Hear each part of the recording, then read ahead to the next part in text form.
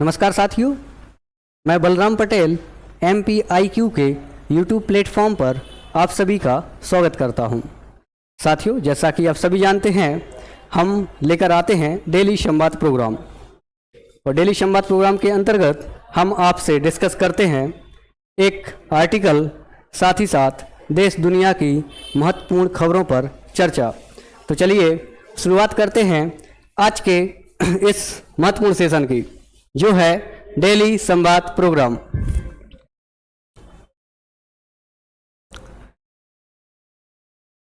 Daily संवाद programme में हम अपना प्रोग्राम शुरू करते हैं एक एडिटोरियल के माध्यम से। आज का हमारा एडिटोरियल है वो पेपर फर्स्ट के पार्ट बी, जिसमें ज्योग्राफी है। तो ज्योग्राफी की यूनिट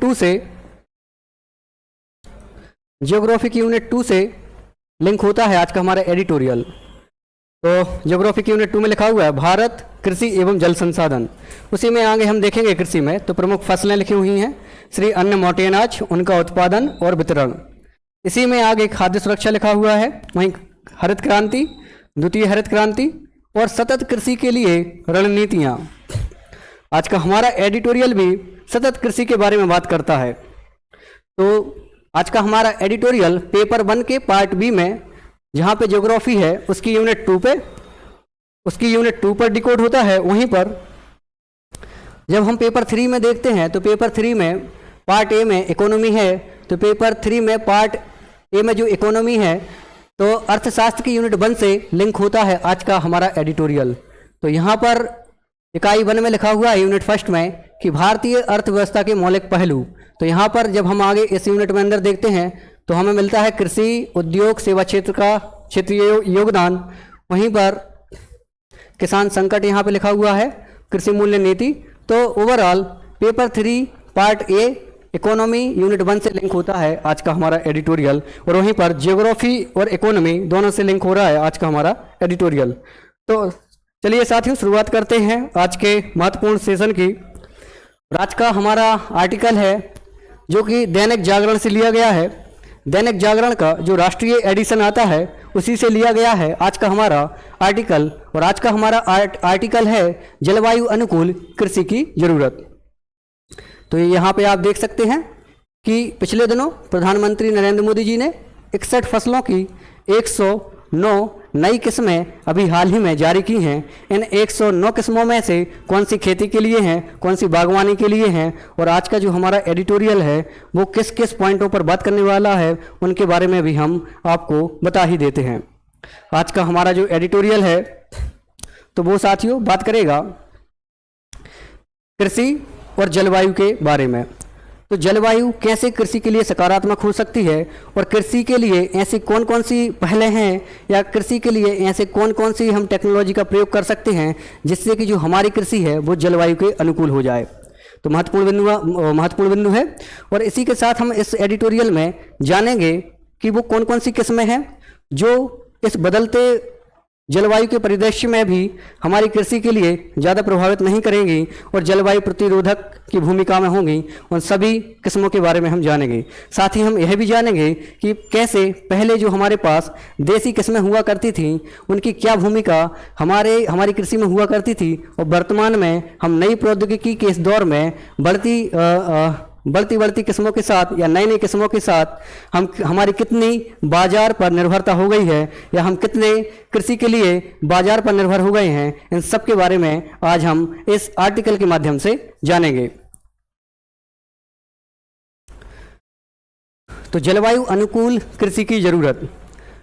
हाल ही में प्रधानमंत्री जी ने 61 फसलों की 109 नई एवं उन्नत किस्में जारी की हैं, और इन 109 नई उन्नत किस्मों में से जो खेती के लिए हैं वो 69 हैं, वहीं पर जो बागवानी के लिए हैं वो 40 किस्में हैं। तो जलवायु के अनुकूल कृषि को बनाने के लिए, पर्यावरण के अनुकूल कृषि को बनाने के लिए, साथ ही साथ उच्च गुणवत्ता युक्त बीजों को लाने के लिए और उत्पादकता में वृद्धि करने के लिए ये सब प्रयास किए जा रहे हैं। आगे हम देखते हैं साथियों, कृषि पर जो जलवायु परिवर्तन है वो सबसे अधिक असर डालता है, तो कृषि पर बहुत ज़्यादा जलवायु परिवर्तन प्रभाव डालता है। इस आर्टिकल के माध्यम से हमें जानकारी मिलती है। और यहाँ पे बता दें कृषि पर्यावरण से बिल्कुल भी अलग नहीं है। तो कृषि अपने उत्पादन, वितरण और उपभोग के लिए पूरी तरह से पर्यावरण से कहीं ना कहीं से संबंधित है। इसलिए जलवायु जो है वो कृषि के लिए पूरी तरह से प्रभावित करती है। अब जलवायु परिवर्तन कृषि के लिए कैसे प्रभावित करती है, तो आप देख सकते हैं कि पारिस्थितिकी जो हमारा तंत्र है उसमें थोड़ा बहुत भी यदि बदलाव होते हैं या उसमें नकारात्मक बदलाव जो भी होते हैं, तो उसके परिणाम स्वरूप हमें देखने मिलता है सूखा, एकदम बाढ़ आ जाती है और एकदम से आप देख सकते हैं कि बहुत सारी समस्याएं प्राकृतिक रूप से उत्पन्न होती हैं जो हमारी कृषि के लिए कहीं से भी लाभदायक नहीं होती हैं। वही पारिस्थितिकी जो हमारा तंत्र है, इकोसिस्टम जो है, उसमें नकारात्मक रूप से बदलाव आते हैं तो बेमौसम बरसात होती है, सूखा आता है, बाढ़ की समस्या होती है जो हमारी कृषि को प्रत्यक्ष या परोक्ष रूप से कहीं ना कहीं प्रभावित करती है। अब आप सभी जानते हैं कि जो पारिस्थितिकी तंत्र के जो दो घटक होते हैं, एक होता है जैविक घटक और वहीं दूसरा होता है अजैविक घटक। तो जैविक घटक के अंतर्गत कौन कौन आते हैं, तो जैविक घटक के अंतर्गत आते हैं कीट पतंग, खरपतवार और विभिन्न प्रकार की जो बीमारियां होती हैं वो जैविक घटक का हिस्सा हैं। तो वहीं जब बात अजैविक घटक की करते हैं तो अजैविक घटक में आप देखेंगे तापमान, आप देखेंगे जो मृदा है और आप देखेंगे जो ऊर्जा है और वहाँ का जो वातावरण है, ये सभी चीज़ें अजैविक घटक का हिस्सा हैं। तो ये इन दोनों घटकों से निर्मित होता है इकोसिस्टम। और इकोसिस्टम कैसे प्रभावित करता है हमारी कृषि को, आज हम इसके बारे में भी जानेंगे। तो जैसे अभी मैंने बताया कि जो तापमान है, अब तापमान अजैविक घटक का हिस्सा है। तो अजैविक घटक में जो तापमान है वो कैसे कृषि को प्रभावित करता है या कैसे मृदा को प्रभावित करता है। तो जब तापमान में वृद्धि होती है तो मृदा अपरदन की समस्या उत्पन्न होती है और वहीं पर मिट्टी की जो लवणता है उसमें भी वृद्धि हो जाती है। तो मिट्टी की जो क्षारीयता है उसमें भी वृद्धि होती है। अब मिट्टी की क्षारीयता में तापमान से कैसे वृद्धि होती है, चलिए इसको भी समझ लेते हैं एक उदाहरण के साथ।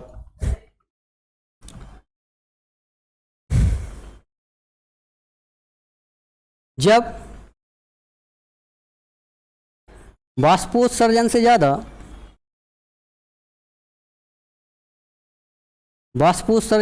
जब वाष्पोत्सर्जन ज़्यादा हो जाता है वर्षा से, फलस्वरूप जो मृदा है वो क्षारीय हो जाती है या लवण तत्व की जो मात्रा है वो उसमें अधिक की मात्रा में हो जाती है। ये कैसे साथियों, तो देखो जैसे ये ज़मीन का लेवल है या मृदा का स्तर है,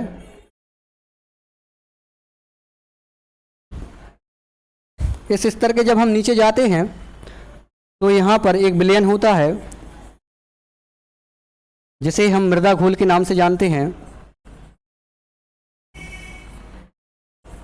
और इसमें मृदा घोल में क्या क्या होता है, तो मृदा घोल में जल होता है और वहीं खनिज होता है। तो जब लगातार वाष्पोत्सर्जन होता रहता है, यहाँ पर सपोज यहाँ पर सूर्य है और सूर्य की जो किरणें यहाँ पर आती रहती हैं धरातल पर, तो इससे क्या होता है, वाष्पोत्सर्जन लगातार होता है। यहाँ पर उपस्थित जो भी जलीय विलयन है वो सब वाष्पोत्सर्जित हो जाते हैं। फिर नीचे से केशिकत्व की क्रिया के कारण केशिकत्व की क्रिया होती है। परिणाम स्वरूप ये जो मृदा घोल है यह ऊपर सतह पर आ जाता है और मृदा की सतह को क्षारीय में या लवणता में कन्वर्ट कर देता है। तो बहुत ज़्यादा क्षारीयता बढ़ जाती है मृदा की सतह पर जब यह मृदा घोल सतह पर आ जाता है केशिकत्व की क्रिया के कारण। और केशिकत्व की जो क्रिया होती है वो कब होती है, तो वो जब होती है जब वाष्पोत्सर्जन वर्षा से ज़्यादा होता है। इसके जस्ट अपोजिट भी हम देख सकते हैं कि जब वर्षा की मात्रा बहुत ज़्यादा होगी वाष्पोत्सर्जन से, तो उस कंडीशन में क्या होगा, तो उस कंडीशन में साथियों हमारी जो मृदा है वो अम्लीय हो जाएगी, मृदा अम्लीय हो जाएगी। और यहाँ पर जो क्रिया होगी वो निक्षालन की क्रिया होगी, जिसे इंग्लिश में हम लीचिंग कहते हैं। तो इस उदाहरण के माध्यम से समझा हमने कि कैसे जो हमारी मृदा है वो तापमान के बढ़ने से कैसे वो क्षारीय में बदल जाएगी और कैसे उसमें लवण तत्व की जो मात्रा है वो अधिक हो जाएगी। अब हम आगे चलते हैं जी। हम बात कर रहे थे हमारे आर्टिकल की, तो आर्टिकल में हम जान रहे थे कि कैसे तापमान मृदा को प्रभावित कर सकता है, कैसे तापमान के बढ़ने से मृदा जो है मृदा अपरदन हो जाता है और कैसे मृदा में क्षारीय तत्वों की जो मात्रा है वो बढ़ जाती है। अब वहीं पर इन सब के परिणाम के तौर पर हम देखते हैं, इन सब के फलस्वरूप जो हमारी जो मृदा जो हमारी जो पैदावार है वो कम हो जाती है, हमारी जो उपज है वो कम हो जाती है। अब बात करते हैं जैविक घटक की, तो जैविक घटक कैसे प्रभावित कर सकते हैं हमारी मृदा को। तो आप जानते हैं कि जैविक घटक के अंतर्गत हम किसको लेते हैं, तो कीट पतंग जो हो गए, कीट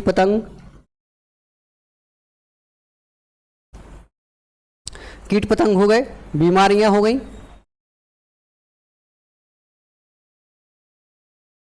और वहीं पर बात करते हैं खरपतवार।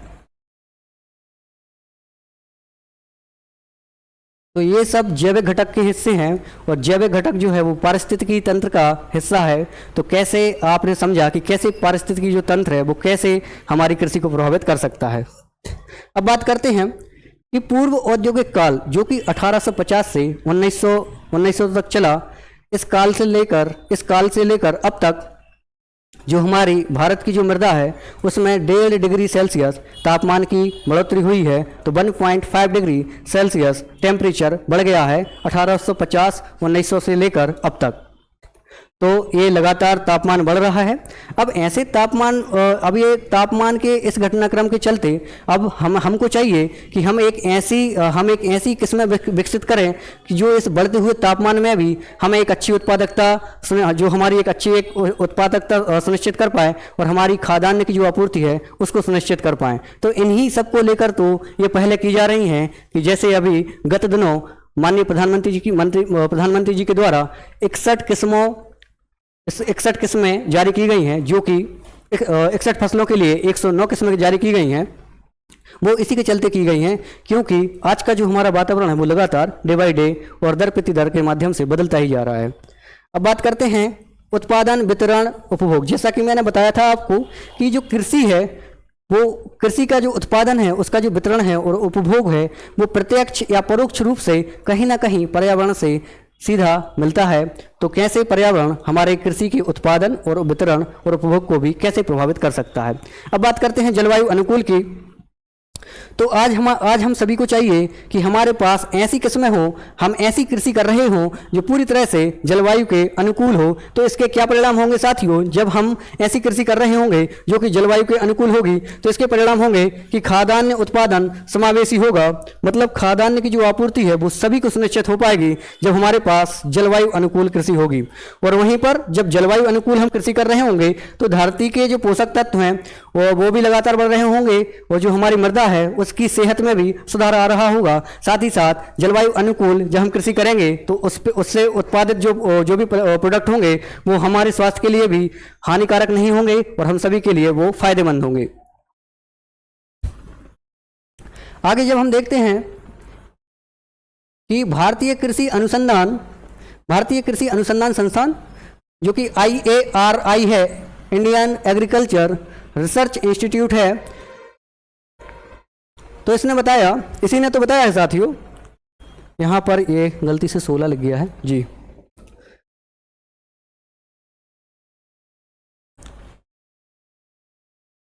तो IARI ने ही बताया है, इंडियन एग्रीकल्चर रिसर्च इंस्टीट्यूट ने ही बताया है कि जो 61 फसलों के लिए 109 प्रकार की किस्में अभी हाल ही में जारी की गई हैं। अब आगे चलते हैं। तो जलवायु के परिप्रेक्ष्य में इस बदलते परिदृश्य को देखकर हमारे जो विभिन्न अनुसंधान संस्थान हैं जो कि कृषि से संबंधित हैं और जो विश्वविद्यालय हैं साथ ही साथ कृषि विज्ञान केंद्र हैं वो लगातार इस पर काम करते रहते हैं कि बदलते परिदृश्य को लेकर बदलते परिवेश को लेकर कुछ ना कुछ हम नया आविष्कार करते रहें जो कृषि के लिए लाभदायक बनाए और खाद्यान्न की जो आपूर्ति है उसको सुनिश्चित करता रहे। तो इसी के चलते हम देखते हैं एक हमारा कृषि से संबंधित संस्थान है जो है भारतीय कृषि अनुसंधान परिषद, ICAR के नाम से जिसे हम जानते हैं।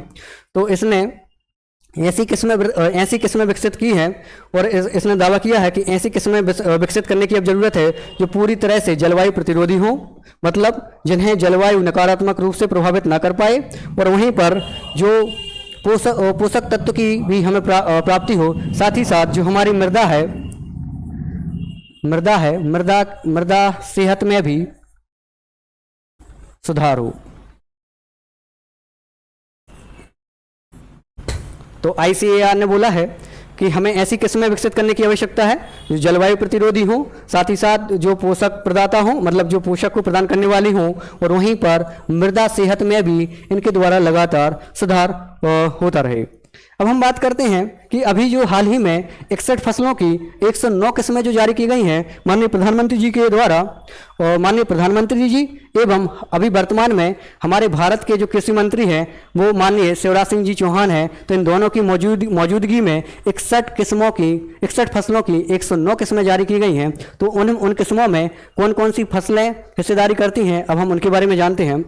साथियों, जहाँ खेती से संबंधित इन किस्मों में चावल, गेहूं और जो हमारे मोटे अनाज हैं उनसे संबंधित किस्में शामिल हैं। तो वहीं पर दलहन में जब हम देखते हैं तो दलहन में मसूर, मटर, अरहर, तिली, मूंगफली, इन सबको भी इसमें शामिल किया गया है। तो तिलहन को भी इसमें शामिल किया गया है। वहीं पर हमें यहाँ पर चारा वाली फसलें भी हमें देखने को मिलेंगी, और वहीं इन 61 फसलों में रेशे वाली जो फसलें हैं वो भी हमें देखने मिलेंगी। साथ ही साथ मोटा अनाज की हमने बात की, और वहीं पर बागवानी के अंतर्गत हम देखेंगे तो जैसे टमाटर है, और टमाटर के साथ लौकी है, या विभिन्न प्रकार की जो बागवानी है उनको भी इसमें शामिल किया गया है।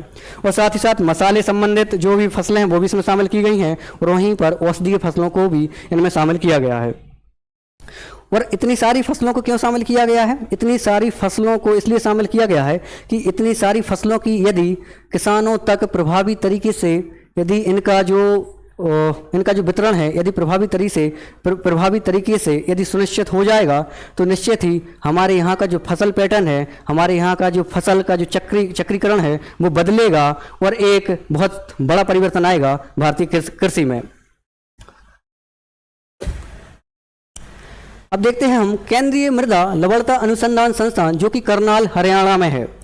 तो इस संस्थान के द्वारा साथियों एक चावल की एक किस्म जो है वो विकसित की गई है। तो चावल की वो किस्म कौन सी है? वो है CSR 101।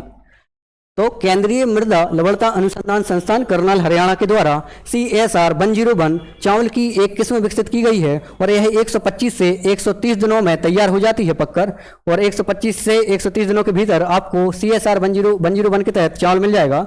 लेकिन अब इसकी खासियत ये है CSR 101 की कि यह लवणीय दबाव वाले जो क्षेत्र होते हैं जहाँ पर लवणता भी बहुत ज़्यादा होती है, वहाँ पर भी यह अच्छी उत्पादकता देने में सक्षम है। जैसे यह लवणीय वाले जो क्षेत्र हैं, लवणीय दबाव वाले क्षेत्रों में यह 35 क्विंटल पर हेक्टेयर की दर से आपको उत्पादन दे सकती है। तो यह है CSR 101। और वहीं पर बात करते हैं साथियों, जब सामान्य परिस्थितियां होती हैं तब भी CSR 101 के तहत हम 55 क्विंटल पर हेक्टेयर के हिसाब से हम अनाज की प्राप्ति तो कर ही सकते हैं, या हम गेहूं की प्राप्ति चावल की प्राप्ति तो कर ही सकते हैं।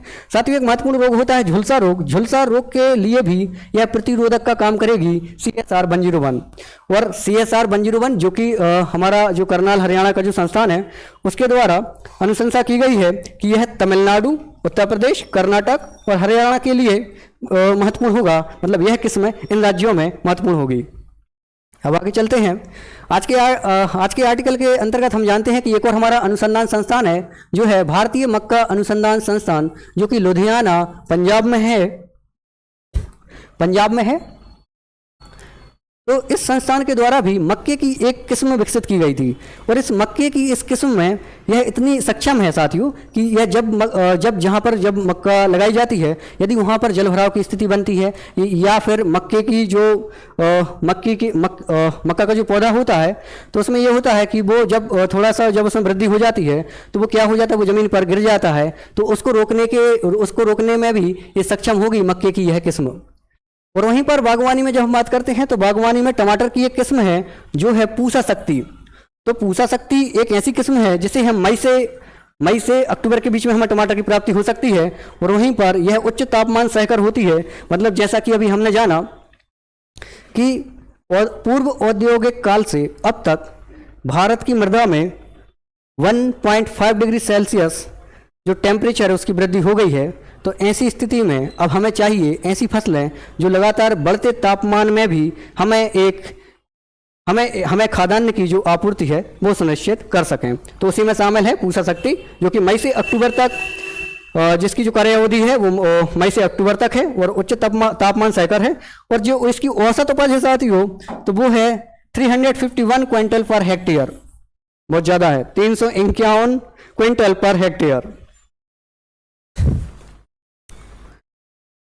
अभी तक हमने आर्टिकल में यह जाना कि जितनी भी हमने अभी तक किस्में विकसित की हैं या हाल ही में जो 61 फसलों की 109 नई एवं उन्नत किस्में विकसित की गई हैं, ये सभी किस्में प्रत्यक्ष या परोक्ष रूप से जलवायु परिवर्तन के जो भी परिणाम हैं उन सब से लड़ने में सक्षम है, उन सबके प्रति प्रतिरोधक का काम करने में सक्षम है।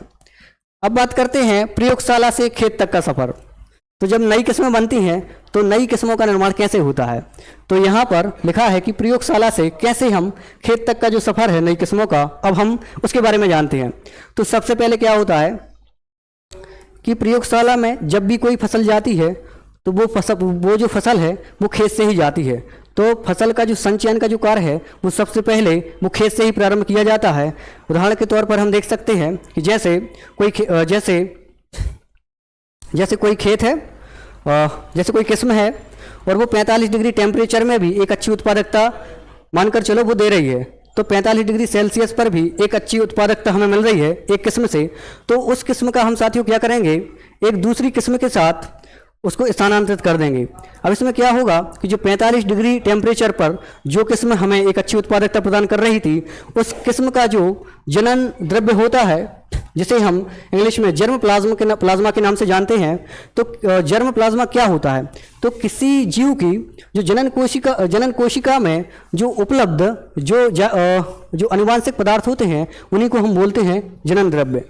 तो जर्म प्लाज्मा किसे कहते हैं, तो किसी जीव की जनन कोशिका में जो उपलब्ध जेनेटिक्स पदार्थ होते हैं उन्हीं को हम जनन द्रव्य के नाम से जानते हैं या जर्म प्लाज्मा के नाम से जानते हैं। तो इन्हीं जर्म प्लाज्मा को वो कलेक्ट किया जाता है और इन्हीं जर्म प्लाज्मा को हम स्थानांतरित कर देते हैं किसी दूसरी उच्च किस्म के माध्यम से। फलस्वरूप हमें एक नई किस्म प्राप्त हो जाती है जो कि बहुत ही उच्च उत्पादकता वाली होती है, साथ ही जलवायु प्रतिरोधी भी होती है। इसके बाद इस किस्म को स्थानीय स्तर पर या जमीनी स्तर पर इसको लगाया जाता है, फिर दर साल इसके जो पर्यावरण के जो प्रभाव हैं वो इस पर नोट किए जाते हैं और निष्कर्ष के तौर पर फिर इसको प्रयोगशाला में लाया जाता है। इन सभी उपरोक्त निष्कर्ष के आधार पर एक नई किस्म तैयार होती है और इसे सत्यापन के बाद एक्रेडिटेशन के बाद किसानों को सौंप दिया जाता है। तो इस प्रकार से प्रयोगशाला से तैयार होती है, कैसे प्रयोगशाला से तैयार होती है नई किस्म और कैसे खेत तक आती है, इसके बारे में अभी हमने जाना। अब आगे बात करते हैं कि मिट्टी की पोषक क्षमता कैसे बढ़ाई जा सकती है। जैसा कि मैंने अभी आपको बताया कि हम कितनी भी नई किस्मों का आविष्कार कर लें, लेकिन जब तक मृदा का सेहत अच्छा नहीं होगा, हमारी मिट्टी अच्छी नहीं होगी, मिट्टी सक्षम नहीं होगी, मिट्टी में जो पोषण तत्व हैं उनकी भूमिका नहीं होगी, तो फिर वो किस्में भी फेल हो जाएंगी। उदाहरण के तौर पे हम आगे देखेंगे जैसा बीटी कॉटन के साथ हुआ। बीटी कॉटन की असफलता का एक महत्वपूर्ण कारण इसी प्रकार से रहा है।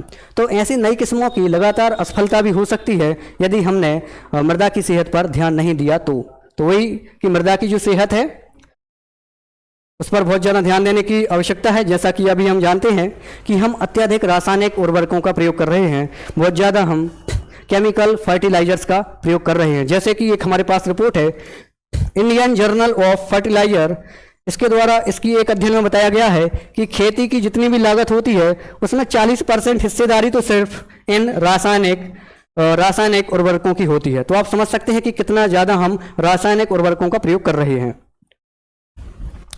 आगे देखते हैं हम। अब बात आती है मृदा परीक्षण की। तो आप सभी जानते हैं मृदा परीक्षण के जितने भी दावे सरकार के द्वारा या सभी के द्वारा किए जाते हैं, उतने उन दावों की सच्चाई क्या है ये किसी से छिपी हुई नहीं है। मृदा परीक्षण किस स्तर पर देश में चल रहा है ये हम सभी जानते हैं। लेकिन एक अच्छी पहल अभी हम वर्तमान में क्या कर रहे हैं कि जीपीएस के द्वारा मृदा का परीक्षण किया जा रहा है। यह बहुत बड़ी उपलब्धि है और इस उपलब्धि को बहुत आगे बढ़ाने की भी कोशिश की जानी चाहिए, क्योंकि इससे जो मृदा परीक्षण है वो काफ़ी हद तक सफल हो रहा है।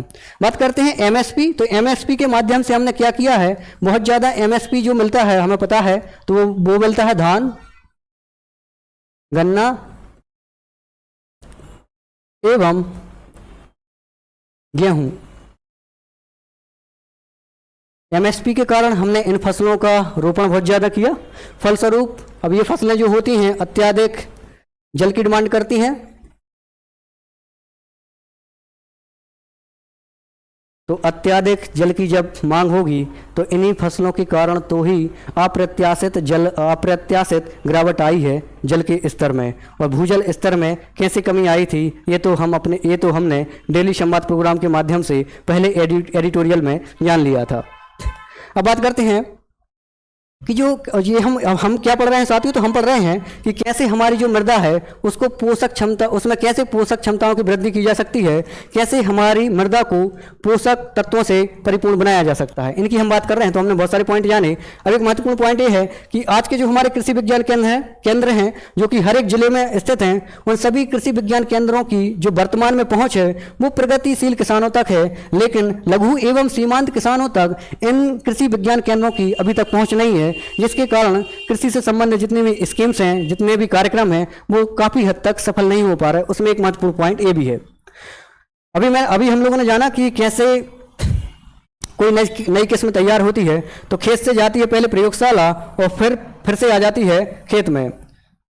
और फिर देखें साथियों, तो इस प्रकार की जो हमारी गवर्नमेंट ने जो इस प्रकार की पहल की है कि खेत से ही हम उठाते हैं फसल को और फिर प्रयोगशाला में विभिन्न परीक्षणों के माध्यम से फिर से हम इसे खेत में ही किसानों को सौंप देते हैं, तो यह एक जलवायु अनुकूल पहल है जो कि हमारी पर्यावरण अनुकूल है एवं लगातार उत्पादकता में वृद्धि कर सकती है। अब आगे देखते हैं कि मैंने बताया था कि यदि हम मृदा परीक्षण के प्रति सजग नहीं रहे तो कैसे बीटी कॉटन की असफलता सबसे अच्छा उदाहरण के तौर पर हम इसको देख सकते हैं। यदि हम मृदा की सेहत के प्रति यदि हम सजग नहीं रहे तो हमें ठीक वैसे ही जैसे कि बीटी कॉटन में असफलता मिली थी, ठीक वैसे ही हमें नई किस्मों के प्रति भी असफलता देखने को मिल सकती है। या खाद्यान्न संकट होगा दूर। अब साथियों, आज़ादी के जब हम 100 वर्ष मना रहे होंगे तो ऐसा दावा किया जा रहा है कि भारत की जो आबादी होगी उस समय तक 1.6 अरब होगी। और इंडियन एग्रीकल्चर रिसर्च इंस्टीट्यूट ने अपनी एक रिपोर्ट में बताया है कि वर्ष 2050 तक हमारे लिए 4000 मिलियन टन खाद्यान्न की आवश्यकता होगी।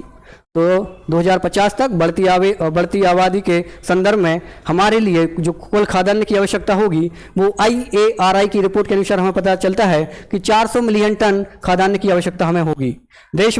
वर्तमान में देश में वित्तीय वर्ष 2022-23 की यदि हम बात करते हैं तो हमारे पास कितना खाद्यान्न अवेलेबल है, तो हमारे पास 329 मिलियन टन खाद्यान्न का उत्पादन अभी हमारे पास है। तो हमारे पास 329 मिलियन टन की जो अभी खाद्यान्न की उपलब्धता है, तो वहीं 2050 तक हमारे लिए 400 मिलियन टन खाद्यान्न की आवश्यकता होगी।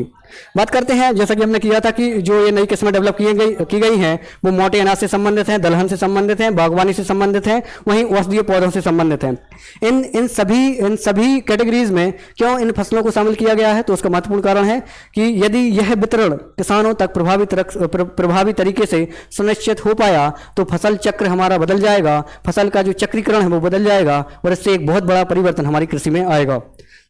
वही कि फसल चक्रीकरण के लिए यह वरदान साबित होगी यदि इनका प्रभावी क्रियान्वयन आम किसान तक या जमीनी स्तर पर जो उपलब्ध किसान है, यदि उस तक यदि हम इसकी उपलब्धता सुनिश्चित कर पाए तो बहुत बड़ा परिवर्तन आएगा और वरदान साबित होगा हमारी कृषि के लिए। हाँ, अभी क्या हो रहा है कि बाज़ारों में संकर बीजों की भरमार है और बहुत ज़्यादा संकर बीज जो बाज़ार में लगातार आ रहे हैं, परिणाम स्वरूप हमारी जो किसानों की जो निर्भरता है वो पूरी तरह से कैसे बाजार आधारित हो गई है। और इसमें एक महत्वपूर्ण कदम तो तब आ गया था जब हरित क्रांति आई थी। हरित क्रांति के बहुत ही सकारात्मक परिणाम हैं, वो हमने देखे हैं, लेकिन हरित क्रांति का एक दूसरा पहलू यह भी है कि हरित क्रांति के चक्कर में हमारे जो किसान थे वो देसी किस्मों को छोड़कर पूरी तरह से मूव ऑन हो चुके हैं बाजार की ओर। तो आप देख सकते हैं हरित क्रांति के बाद कैसे हमारी जो कृषि की जो बाजार व्यवस्था है वो कैसे, कृषि की जो व्यवस्था है वो कैसे पूरी तरह से बाजार आधारित हो गई है।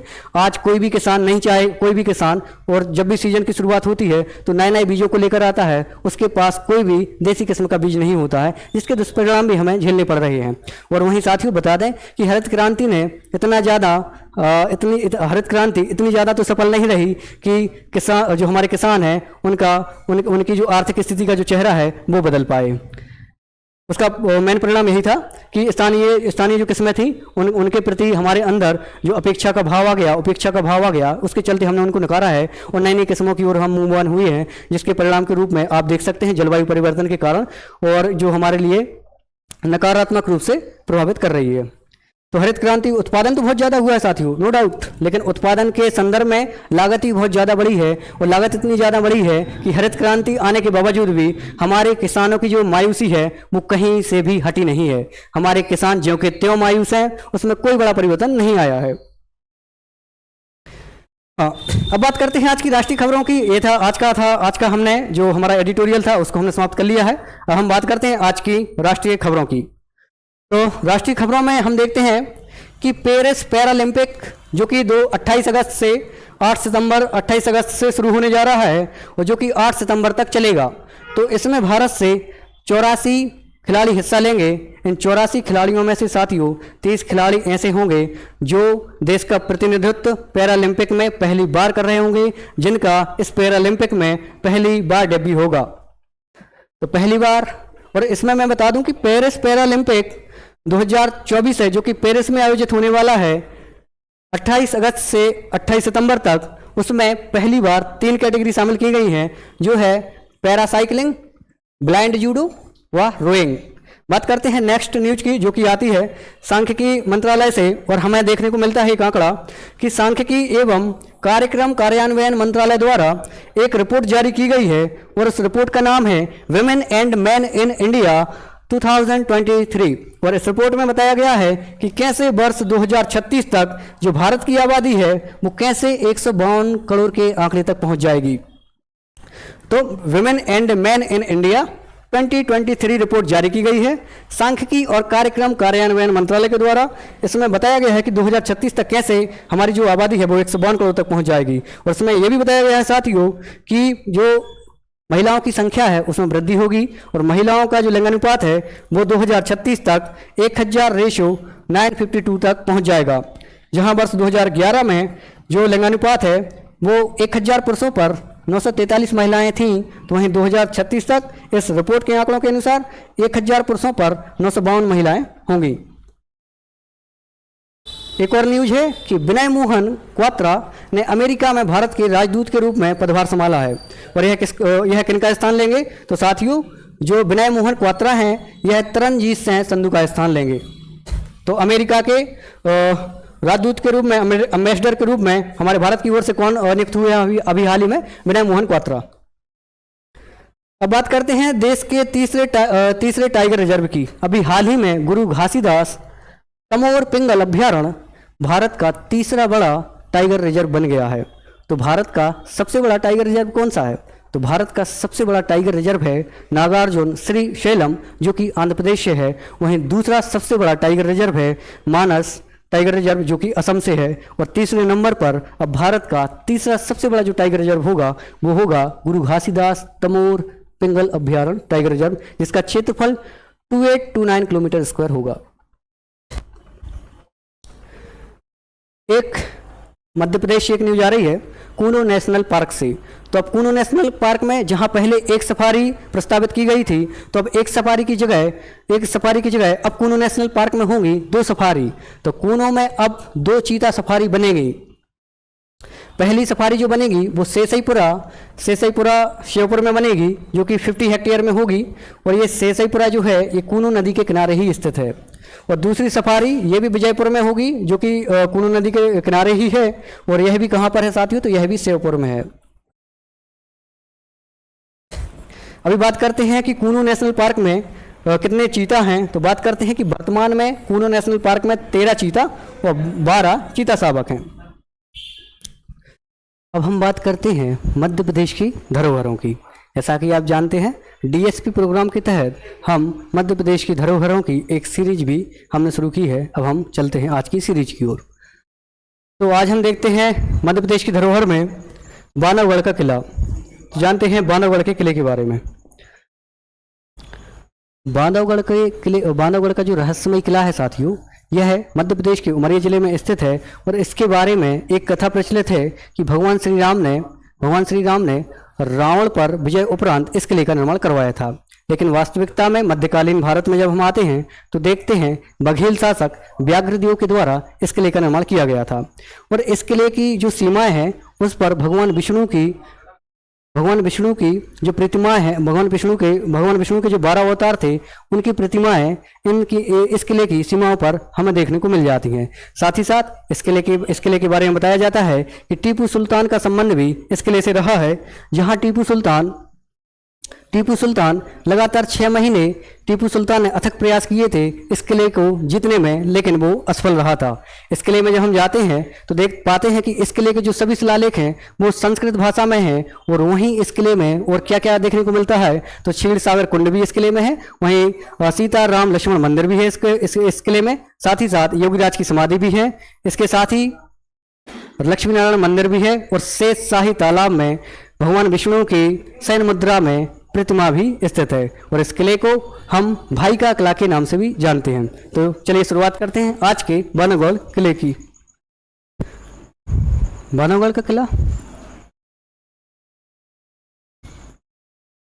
निर्माण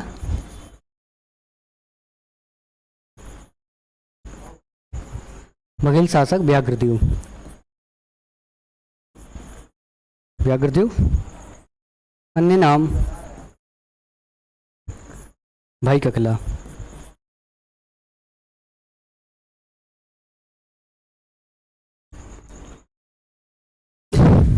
साथियों ये था आज का हमारा सेशन।